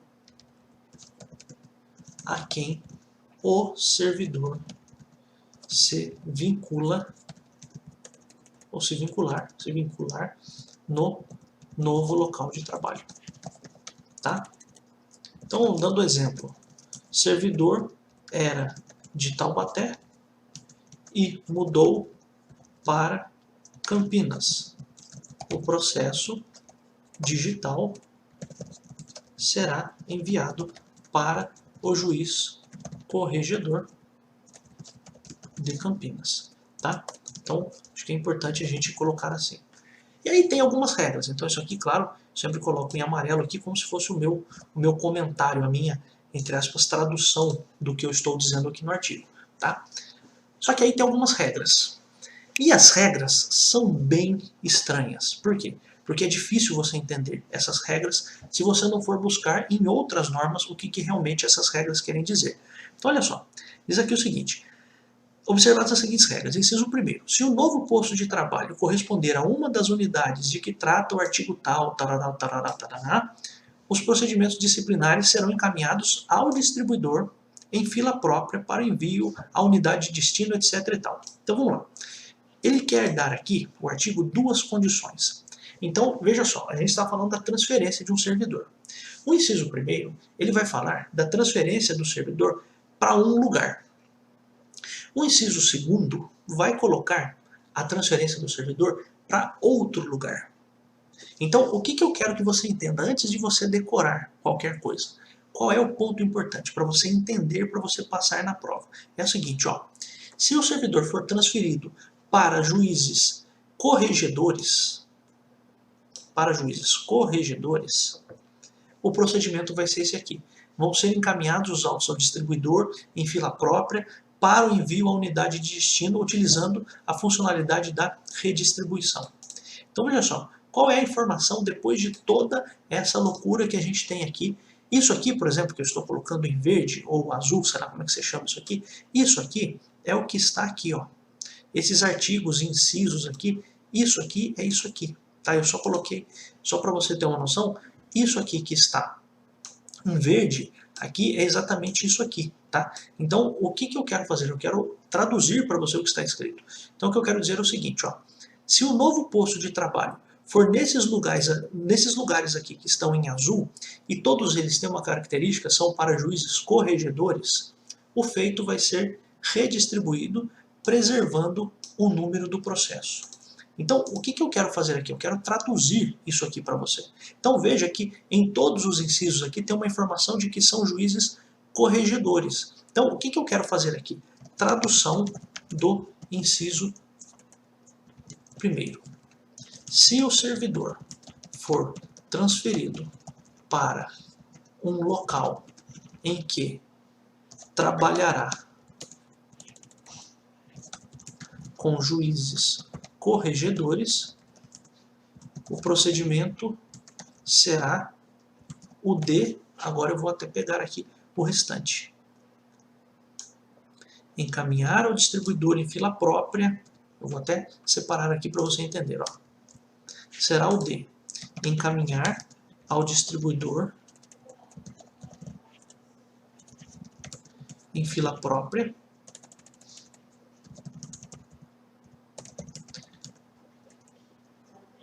para a unidade de destino, usando-se da redistribuição e preservando o número do processo. É só isso que você precisa saber. Não precisa decorar nada dos juízos, nem nada disso. O importante é o seguinte, ó, se o servidor, então tradução aqui do inciso 1º, ó. Tradução aqui é a seguinte: se o servidor for transferido para um local em que ele trabalhará com juízes corregedores, qual é o procedimento? O procedimento é esse aqui. O procedimento será o de encaminhar ao distribuidor em fila própria para a unidade de destino. Então, eu vou encaminhar para a unidade tal, onde o servidor está. Isso, numa fila própria, você vai colocar esse processo num escaninho digital próprio e vai usar a redistribuição preservando-se o número do processo. Qual pode ser a pergunta do concurso? A pergunta pode ser o seguinte: se o servidor for transferido para um local em que ele vai trabalhar com juízes corregedores, vai ser dado um novo número para o processo? Não. A informação importante é, vai ser preservada, preservando-se o número do processo. Tá? Então essa é a informação importante aqui no inciso 1º do artigo 16A. Agora nós vamos para o inciso 2º do artigo 16A, que diz a mesma coisa. Se o novo posto de trabalho for em outro lugar, olha só, for aqui correspondente ao artigo tal, do provimento tal, parará, parará, isso você não precisa decorar, nada disso. O que vai acontecer? A unidade de tramitação vai materializar, então eles vão imprimir aquilo. Ó, a unidade de tramitação deverá materializar, imprimir e encaminhar os procedimentos disciplinares mediante carga ao distribuidor. Então, olha só, de novo, vamos fazer aqui do mesmo jeito que nós fizemos com o inciso anterior. Vamos colocar assim, ó, traduzindo o inciso segundo. Preste atenção que agora, no primeiro inciso, todas as informações aqui em verde eram relacionadas a corregedores. No inciso segundo, todas as questões têm a ver com diretores. Olha só, a única coisa que você precisa guardar é essa. Então, se o servidor, vamos traduzir aqui, ó, se o servidor for transferido para um local em que trabalhará com juízes diretores, a consequência será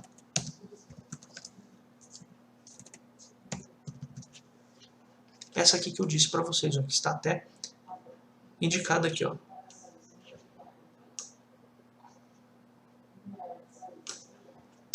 A consequência será: a unidade de tramitação deverá materializar, imprimir e encaminhar os procedimentos disciplinares mediante carga ao distribuidor, que providenciará o envio à unidade, etc. e tal. O que pode ser perguntado disso aqui? Um negócio chato, mas olha só. O que pode ser perguntado? Então vou até colocar antes disso em amarelo aqui, para você entender qual é a tradução. Então olha só. O que pode ser perguntado? Vou fazer um quadro aqui para você. Olha só, inserir aqui uma tabela. Servidor transferido para corregedoria, servidor transferido para diretoria. Se for transferido para a corregedoria, qual a consequência? Mantém o número do processo e tudo é feito digitalmente. Se o servidor é transferido para a diretoria, o processo é físico, materializado. É a única informação relevante aqui de toda essa chatice que temos aqui nesse artigo, mas que você precisa estudar. Então, às vezes, estudar para uma prova é exatamente isso. Às vezes você vai olhar um artigo chato de você entender e aí você vai pensar o seguinte: o que é que pode ser perguntado aqui? E aí, qual é a ideia? O que pode ser perguntado aqui é o que está aqui, olha só. Se o servidor for transferido para um órgão da corregedoria, vai ser mantido o processo e tudo é feito digitalmente. Então, eu vou melhorar aqui. O processo é enviado para um novo local e mantém o número do processo e tudo é feito digitalmente. Se o servidor foi transferido para a diretoria, o processo é enviado também para o local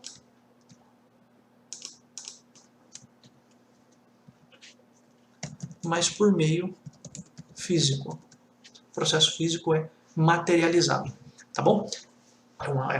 Um artigo um pouco mais chatinho, dentre todos os que a gente estudou, esse me parece o mais difícil de a gente tentar enxergar, tentar entender, mas eu tentei aqui realmente traduzir para você o que está sendo dito no artigo para você ter maior facilidade para você estudar. Vamos aqui então no artigo 17 das normas da corregedoria. A gente está falando, caso você não se recorde, das punições ou das aplicações de sanção para os servidores, aplicação de pena para os servidores. Então o artigo 17 diz assim, ó: eventuais recursos serão interpostos eletronicamente e após mantida a decisão ou reformada parcialmente, remetidos à Corregedoria Geral da Justiça, excepcionalmente por funcionalidade de redistribuição. Aí faz aqui menção, o artigo, a esse artigo 312 da Lei Estadual 10.261, que é o Estatuto do Servidor, que nós vamos estudar também. Então, olha só, eventuais recursos eles vão ser interpostos eletronicamente. Então, a primeira informação, os recursos são eletrônicos, ok? Isso é a primeira informação bem importante, os recursos são eletrônicos. O que significa? Você vai protocolar isso eletronicamente, você vai protocolar por um portal para que você não, né? Você sim, o servidor que for punido, tomara que você não seja. Então, o servidor vai protocolar esse recurso eletronicamente. E aí, a outra informação é a seguinte, que você precisa saber. A dinâmica dos recursos é a seguinte. O servidor faz o recurso e encaminha para a própria autoridade que o puniu.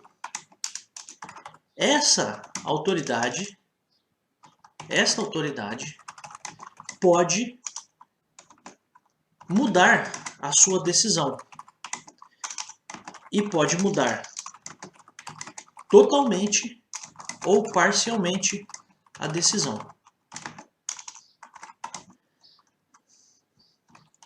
Essa autoridade também pode manter a decisão de condenação. Então, pensa o seguinte, olha só, vou até deixar aqui do jeito que eu sempre deixo, ó, em negrito, aumenta um pouquinho, coloca aqui a tradução do artigo. Então, olha só, os recursos são eletrônicos. A dinâmica dos recursos é a seguinte, o servidor faz o recurso e encaminha para a própria autoridade que o puniu, certo? Essa autoridade pode mudar sua decisão. Ela também pode manter a decisão de condenação. E aí o que acontece? Por que eu estou falando tudo isso? Porque quando você recorre, geralmente, o que você faz? Você simplesmente pede para a autoridade superior resolver o problema. Então, é aquela coisa, você tem um problema com alguém, né? Você tem um problema com alguém dentro de uma loja. O que você vai fazer? Você já vai falar com o gerente da loja. Por quê? Porque você vai falar com uma pessoa superior àquela pessoa que está ali dando problemas para você. No caso de um recurso, em geral é isso que acontece. Você vai recorrer para quem está acima de quem te deu o problema. Só que a lei aqui, e a lei estou dizendo do Estatuto do Servidor e a própria norma da Corregedoria, autoriza que o recurso seja primeiro reapreciado por quem foi o causador do problema. Isso evita, se o cara perceber que ele errou, ele já pode voltar atrás e evitar que esse processo tenha uma demora muito maior. Tá? Então isso é um ponto importante. Então qual é a informação importante aqui do artigo 17? Esses recursos eles vão ser interpostos eletronicamente. Ok, perfeito. Até aí, fácil. E veja só, outra informação importante. O recurso, quando ele é interposto, a pessoa que deu a decisão, a pessoa que condenou o servidor, ela vai receber o recurso e antes de ela mandar esse recurso para a autoridade superior a ela, ela mesma já pode olhar o recurso e pode verificar se é o caso de ela mesma já mudar a sua decisão, mudar totalmente ou parcialmente essa decisão, ou então ela pode dizer o seguinte, olha, o que eu fiz está feito, não volto atrás, e aí o que ele tem que fazer? Por obrigação, tem que mandar isso para a autoridade superior. É basicamente isso. E quem é a autoridade superior? A Corregedoria Geral da Justiça. Desse artigo aqui, o importante é isso. Então, o que eu vou refazer de novo? Quando o recurso for interposto e o será interposto eletronicamente, a autoridade pode rever sua decisão de condenação.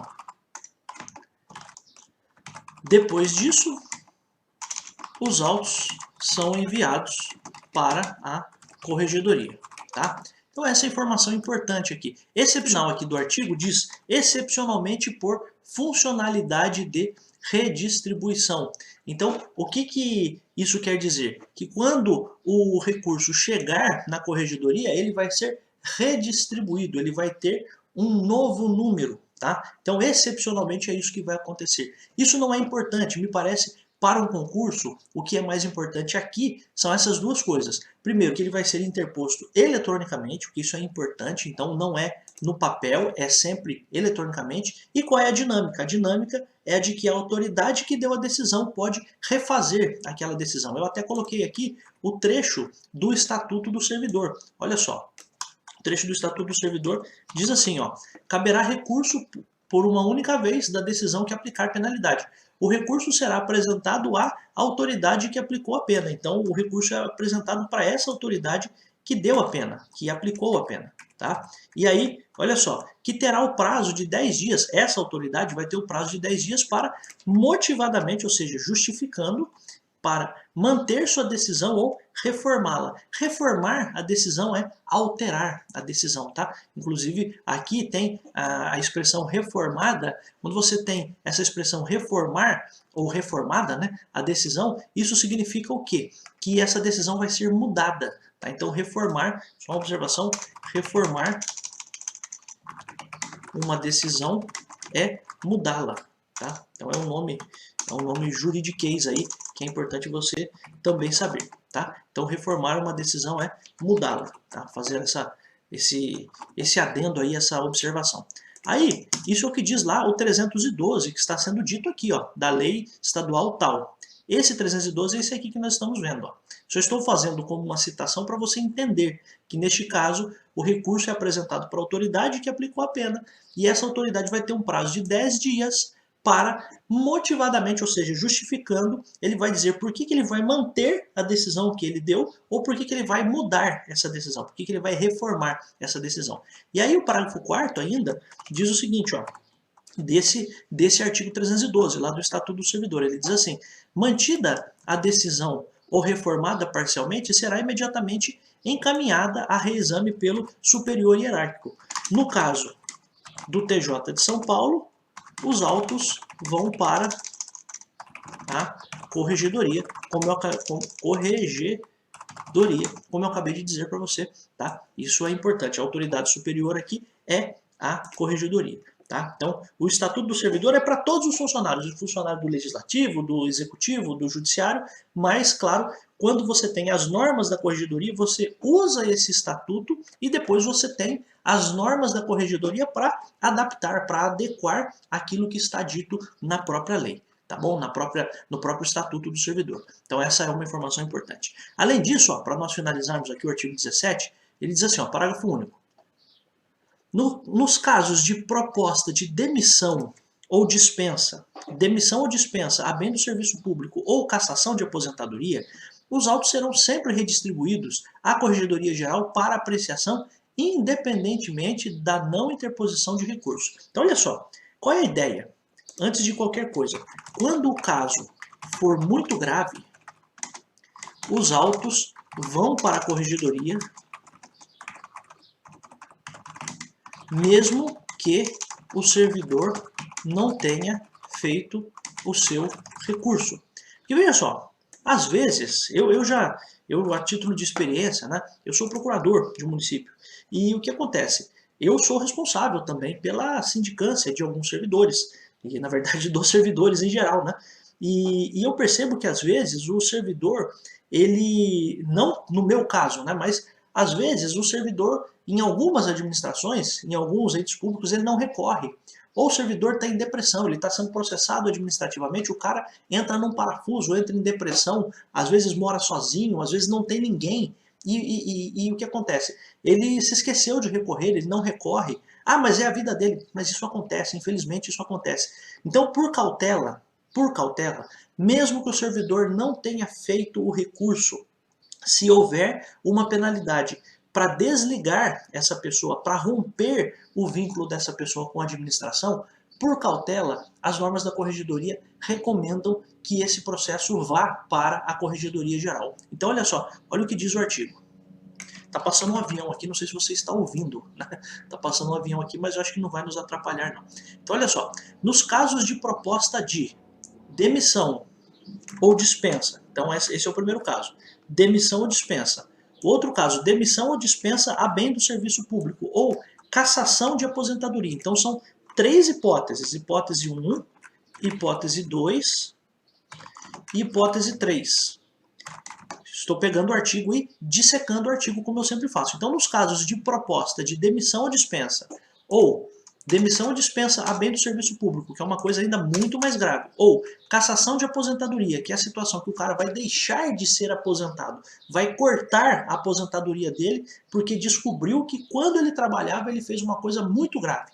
Em todas essas situações, que são mais graves, veja, demissão ou dispensa bem do serviço público ou cassação de aposentadoria são hipóteses de rompimento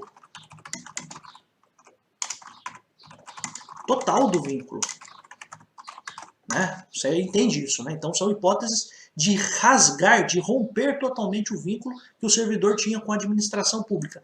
Nessas hipóteses, os autos serão sempre redistribuídos à Corregedoria Geral. Veja essa palavra aí, sempre.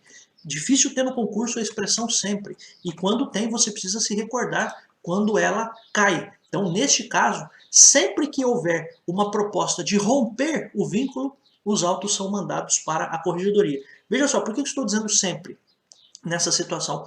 Porque existem outras penalidades. Nós vamos ver, por exemplo, existe a penalidade de suspensão, que não tem nada a ver com isso, porque quando o cara é suspenso, quando o servidor é suspenso, o que acontece? Ele volta a trabalhar, não rompeu totalmente o vínculo dele com a administração. Então pode ser que caia para você uma questão assim, na hipótese de suspensão do servidor, os autos serão redistribuídos à Corregedoria Geral. É uma mentira. Por quê? Porque, neste caso, os autos não vão para a Corregedoria Geral. Só vão para a Corregedoria Geral quando houver essa indicação de um rompimento total. Por isso que eu quero deixar isso muito bem claro para você. Então, os autos serão sempre remetidos à Corregedoria Geral para apreciação, independentemente da não interposição de recurso. Até já falei para você. Por quê? Quando o caso é muito grave, esses autos vão para a Corregedoria, porque pode ser que o servidor, e isso não é uma coisa assim rara, isso pode acontecer sim. Eu já vi acontecer de, porventura, o servidor não ter condições nem de fazer sua defesa, nem de comparecer para os atos processuais, o cara entrou num parafuso, entrou numa depressão, isso é por cautela, por segurança, se recomenda que a Corregedoria analise de novo este processo, porque ele é um servidor, né? Ele passou no concurso, ele tem estabilidade, então é preciso que se tenha essa consideração com o servidor, tá bom? Hoje nós vamos falar do artigo 18 das normas da Corregedoria. Ele é um artigo que eu já vou dizer para você o seguinte, vou até anotar antes de explicar para você. O corregedor pode muito. Ele pode fazer muita coisa. Guarde essa informação. O corregedor pode muito. Ele pode fazer muita coisa. Por quê? Olha só a questão aqui do artigo 18. O artigo 18 diz assim, ó. Sem prejuízo da atribuição ao juiz corregedor permanente, o Corregedor-Geral de Justiça poderá aplicar originariamente as sanções cabíveis e, enquanto não prescrita a infração, reexaminar de ofício ou mediante provocação decisões absolutórias ou de arquivamento. Então vamos lá. Quando a gente fala sem prejuízo da atribuição ao juiz corregedor permanente, a gente está dizendo o seguinte, além do próprio juiz corregedor, o Corregedor-Geral de Justiça poderá fazer certas coisas, tá? Então, é isso que o artigo quer dizer para você. Então, ele quer dizer o seguinte, ó, o Corregedor-Geral de Justiça poderá aplicar originariamente as sanções cabíveis. O que significa isso? Aplicar originariamente as sanções cabíveis. Significa que, vou traduzir aqui para você, tradução. Se o corregedor quiser, ele pode chamar para si. Você lembra qual era o nome de chamar para si? Avocar. Lembra-se desse nome que a gente já falou no outro vídeo? Se o corregedor quiser, ele pode chamar para si processos ou pode instaurar por iniciativa dele mesmo processos para punir servidores. E neste caso, ele mesmo aplica as penalidades, que são as sanções, tá? Então isso é um ponto importante. Olha só, o que é a tradução desse poderá originariamente aplicar sanções cabíveis? É isso. Se o corregedor quiser, ele pode chamar para si, ele pode avocar processos e ele pode instaurar por iniciativa dele mesmo processos para punir servidores. É claro, estamos falando aqui quando existem motivos para isso. Nós não estamos falando de uma situação em que ele vai inventar alguma coisa da cabeça dele. Estamos falando de uma situação em que ele está sabendo que tem um problema, então ele mesmo já vai, por iniciativa dele, instaurar o processo e ele mesmo vai aplicar as penalidades, tá? Então, é isso que é a tradução aqui do artigo. Então, o Corregedor-Geral de Justiça poderá aplicar originariamente as sanções cabíveis. Isso sem prejuízo do juiz corregedor. O que significa? O juiz corregedor também pode, mas não é só o juiz corregedor quem pode. O Corregedor-Geral de Justiça também pode, tá? Vamos continuar, ó. E enquanto não prescrita a infração, reexaminar de ofício ou mediante provocação decisões absolutórias ou de arquivamento. Então vamos lá. O que isso significa? Significa o quê? Que o corregedor pode reexaminar decisões absolutórias ou de arquivamento. Então vamos traduzir aqui. Tradução. O corregedor pode reexaminar decisões absolutórias. O que é decisões absolutórias? Que absolvem, que inocentam o servidor, ou decisões de arquivamento. Então, essa é a primeira tradução que eu quero que você tenha aqui. Qual é? O corregedor pode reexaminar decisões absolutórias ou de arquivamento. Agora, algumas informações importantes. Quando ele pode fazer isso? E a resposta está no próprio artigo. A resposta está aqui. Enquanto não prescrita a infração. Enquanto não caducar. Você vai entender melhor. O direito de punir aquele servidor. Portanto, enquanto não prescrita a infração. Você entende? Porque veja só, você vai aprender que para cada infração vai haver um prazo para que ela caduque. O que significa? Que se a pessoa cometeu uma infração agora, o Estado vai ter um tempo para punir esse servidor. Se passou esse tempo e o Estado não puniu, o Estado não tem mais o direito de punir aquela pessoa. A gente disse que ocorreu a prescrição.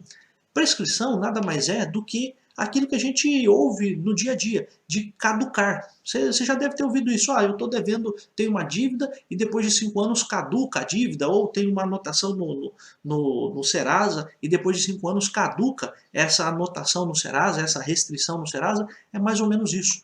Então, o que o artigo aqui quer dizer? Que enquanto não caducar, enquanto não prescrever o direito do Estado de punir o servidor, mesmo que já tenha sido arquivado aquele processo, ou mesmo que aquele servidor já tenha sido absolvido, o corregedor pode olhar aquilo e falar, opa, peraí, o servidor foi absolvido, mas tem um problema aqui. E o Estado, ao invés de arquivar, precisa punir. Então eu, corregedor, vou olhar isso e vou aplicar a penalidade. É esse o objetivo, essa é a ideia. Então olha só, quando ele pode fazer isso? Enquanto não caducar o direito de punir aquele servidor. Na prática, o corregedor vai, vou colocar com muitas aspas, estou falando aqui, e não estou falando apenas para quem é do direito, por isso que eu preciso fazer de um jeito que as pessoas entendam. O corregedor vai reabrir as investigações para punir o servidor que teve o processo arquivado ou que foi absolvido. Então, na prática, o que o corregedor vai fazer? Ele vai reabrir as investigações. Ele pode fazer isso. Eu até disse aqui, o corregedor pode muito, ele pode fazer muita coisa. Então, veja só, traduzindo aqui esse artigo, se eu fosse dar um palpite para você, esse artigo 18 aqui tem cara, tem cheiro e tem jeito de concurso. Por quê? Porque você fica pensando o seguinte, o processo contra o servidor já foi arquivado, então mais nada pode acontecer contra ele. Não, mentira, porque o corregedor pode desarquivar isso. Ele pode reabrir essas investigações se ele perceber que a pessoa foi absolvida injustamente, se perceber que o processo foi arquivado indevidamente. Então pense que o corregedor pode fazer isso. E pode fazer isso a qualquer tempo? Não, ele pode fazer isso enquanto houver o prazo para punir. Então vamos voltar aqui para o artigo. Sem prejuízo da atribuição ao juiz corregedor permanente, o Corregedor-Geral de Justiça poderá, originariamente, aplicar as sanções cabíveis e, enquanto não prescrita a infração, reexaminar, de ofício ou mediante provocação, decisões absolutórias ou de arquivamento. Faltou a gente falar só dessa parte aqui. Então veja só, a gente falou o que ele pode fazer, ele pode examinar, a gente perguntou quando ele pode fazer isso, e agora tem uma outra pergunta, como ele vai fazer esse desarquivamento, com todas as aspas, tá? Como ele vai fazer esse desarquivamento? Pode ser que ele faça por iniciativa dele mesmo, ou seja, isso tem um nome, é de ofício, ou tem um outro nome em latim, ex officio, esse é um nome que pode cair para você na prova, ou ele pode reexaminar porque alguém o informou da irregularidade do arquivamento ou da absolvição. E o nome disso é por provocação, porque alguém o provocou. Alguém o provocou. E provocar aqui, alguém o provocou. E provocar aqui, colegas, é simplesmente fazer uma denúncia, pode ser por escrito em geral, para que ele fique esperto. Ó, corregedor, sabe o processo do fulano de tal que foi arquivado? Então, ele foi arquivado, mas ele não deveria ter sido arquivado. Então aqui, o que a gente vai finalizar nesse artigo é como ele vai fazer esse desarquivamento. Né? Qual é a forma que ele vai fazer esse desarquivamento? E aqui o artigo diz, ó, ele vai fazer isso de ofício ou mediante provocação. E provocar, sempre que você vir, e o verbo é esse, hein? Sempre que você vir a indicação de provocação, significa que alguém foi e protocolou alguma coisa, e fez uma petição, fez por escrito e protocolou junto, por exemplo, à corregedoria. Tá? Então, por isso que o corregedor pode muito, ele pode fazer muita coisa. Então, preste atenção que, além de o próprio juiz corregedor permanente poder fazer tudo que está dentro da alçada dele, o corregedor geral de justiça pode fazer um monte de coisa. A gente acabou de ver aqui. Ele pode aplicar por iniciativa dele, as sanções todas, então ele sabendo que tem um problema, ele já pode instaurar o procedimento e ele mesmo proceder à punição, ele mesmo pode punir. Além disso, ele pode reexaminar processos que foram arquivados, processos de pessoas que foram processadas e que foram absolvidas, ou processos que foram arquivados. Tá? Então essa é uma informação muito importante. Então a gente viu aqui quando ele pode fazer isso, ele pode fazer enquanto não caducar, enquanto não prescrever, enquanto não estiver prescrita a infração. E além disso, como que ele vai fazer isso? Ele vai fazer isso porque deu um estalo na cabeça dele, então de ofício, que é o nome, ou ex officio, é o nome, e também ele pode fazer quando alguém o informou por provocação. Tá bom, amigos? Então, de novo, o corregedor pode muito, ele pode fazer muita coisa, tá? Então, o que eu queria deixar aqui para você, para finalizarmos esse vídeo, é estude esses artigos com cuidado. Esse artigo 18, vou repetir, tem cara de prova, tem jeito, tem cheiro de prova.